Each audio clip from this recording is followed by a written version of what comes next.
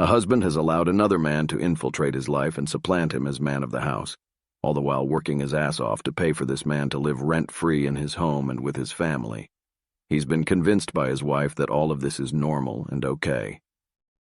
Hey there, I'm Aaron, a 48-year-old factory worker married to Brooke, my wonderful wife of 20 years. We have 3 amazing daughters, the oldest of whom is 15 years old. To provide some context, I work those grueling 12-hour shifts at a factory in the next town over, which means I spend about 2 hours driving each way to and from work, every day. By the time I get home, I'm usually so exhausted that I barely see my wife and daughters. It's like I'm a ghost in my own home. I've always been the breadwinner, and I do overtime shifts nearly every weekend so my family has everything they could ever need, and we don't have to worry about money ever. I'm not the smartest guy in the world, and I have zero idea about how banking works and zero interest in learning how to do it. Brooke is the one who controls our bank accounts and handles all our finances. She does my tax every year and looks after all the bills and mortgage payments. I have no idea how much money I've made or how much we've saved over the years because I've always trusted Brooke to manage everything. All I need to know is that everything is paid on time and the kids are looked after. Given my crazy work hours, I even set up a makeshift room in the backyard shed with an army-style foldable bed so I could get some decent sleep when I have night shifts at the factory, which is happening more and more often as it pays more and I ask to do those shifts. My little DIY room is my refuge from the chaos of our busy home. Now, here's where things get interesting. 2 years ago, Brooke approached me with a request that I couldn't have anticipated. She asked if her childhood friend Tony could stay with us for a few weeks. Brooke and Tony's parents were close when they were kids and were always told to go play together. Their parents thought they were cute and used to tease them, saying they'd grow up to marry each other. Well, obviously Brooke married me, but Tony remained a close friend of Brooke's, although she'd never really spoken about him during our relationship. She just mentioned him occasionally here and there, so I knew about him and met him a couple of times. He's an okay guy, and it all seemed pretty normal to me. Tony was going through some trouble. He lost his job and his girlfriend broke up with him and kicked him out of her house, all in the same week.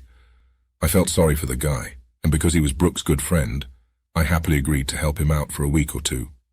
We decided that Tony would sleep on the couch until he could find a place of his own.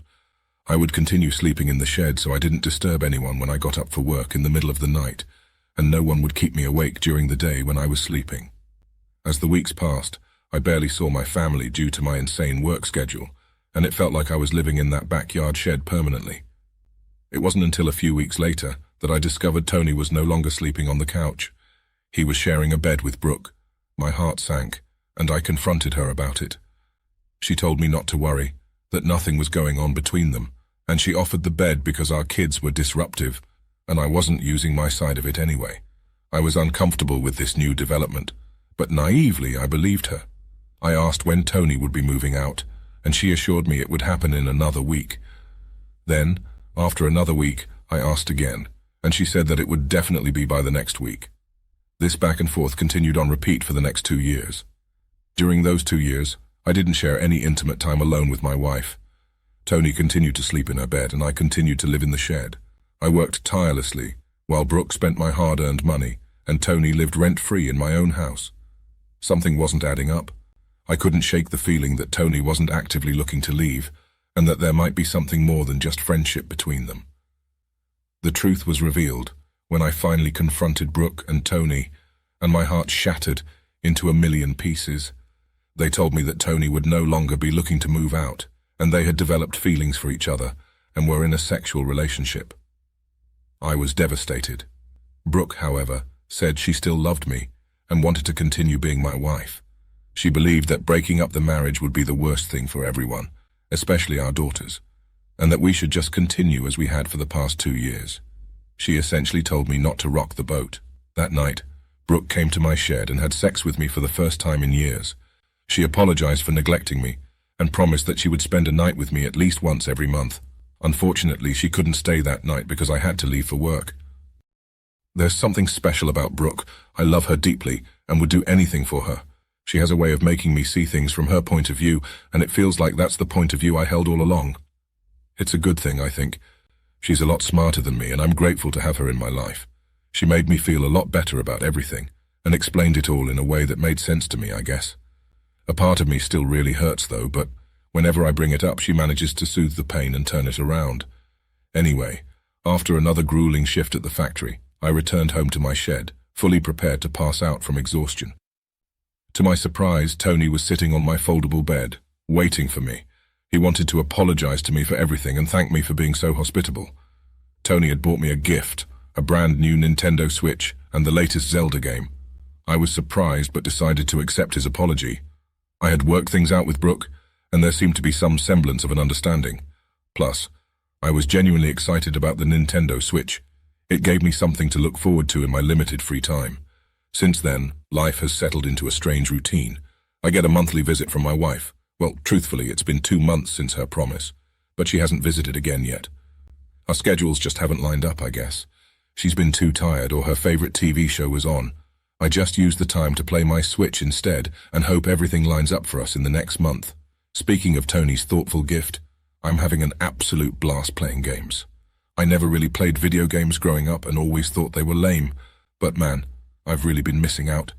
Every now and then, Tony pops in to say hi and brings me a new game to play.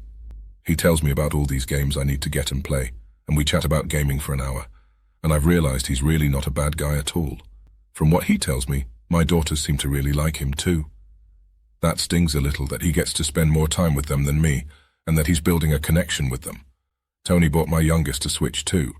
She's 9 years old, and I've started reconnecting with her through games. Sometimes when the stars align and I have a moment off work, and my children are home, I come into the house and play games with them, and we have a great time. Although my middle daughter said something a little off-putting, she said something about 2 dads and getting more presents for Christmas.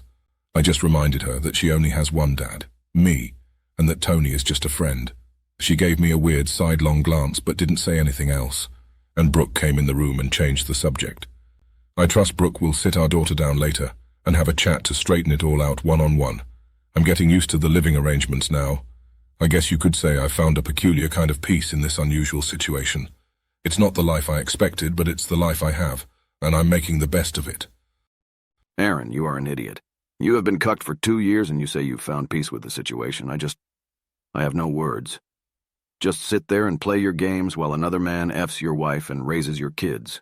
Weak, pathetic, worm.